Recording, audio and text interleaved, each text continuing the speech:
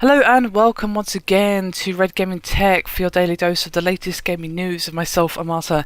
Today is of course the 22nd of September and I have some rather interesting news for you today, as Great Wall, who is a Chinese manufacturer, has released a 2 kilowatt power supply. Now this is of course a 2000 watt PSU, and this particular unit has not been 80 plus gold certified yet, but it does have an 80 plus gold qualification, with the certificate coming later, and the actual code for this particular PSU will be the GWEPS2000DA.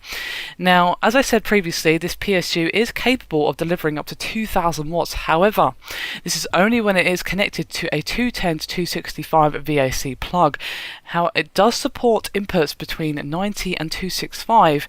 However, if it is connected between a 920 to 120 VAC line, it will not push any more than 1600 watts.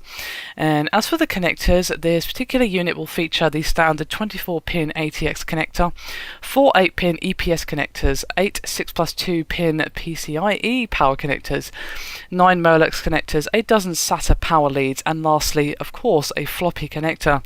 And the power itself is power supply itself, is 20 centimeters long, and it will have a 140mm fan in order to help with the cooling. Now, of course, as you might imagine, Great Wall is releasing the unit first in the Greater China region, where it will actually be selling for the equivalent price of about $650. Now, what makes this device rather interesting is with all of those connectors for GPUs and such high power output, it would actually be ideal for those of you who wish to game with a Crossfire SLI setup, possibly even with SLI or Crossfire Titans even, and possibly even make more possibilities for overclocking such a high-end setup.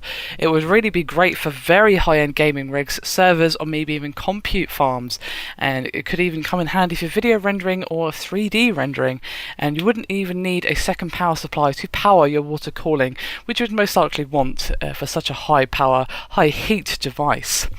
So obviously, for the price and the amount of power drain that this thing would actually have, I don't think this is going to have super use on the everyday consumer, but for those of you who want a high power setup, either for your gaming, for your, as I said, overclocked and SLI Titan setup, for example, or your rendering farm or whatever, any of those examples that I just gave, yeah, this could come in handy and could be very useful on a professional level for compute farms, video rendering, and so forth, as I previously stated.